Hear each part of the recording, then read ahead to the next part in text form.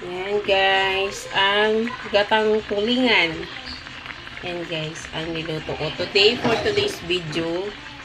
Gatang tulingan. Okay guys.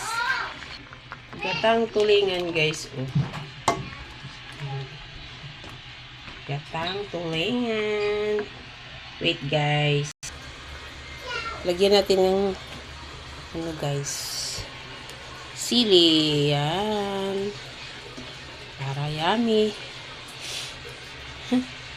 Yung anak ko di kumakain ng sili. Yan. Okay na guys. Yaman na yan.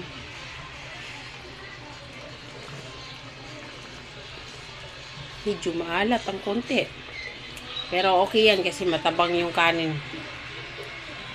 Thank you for watching.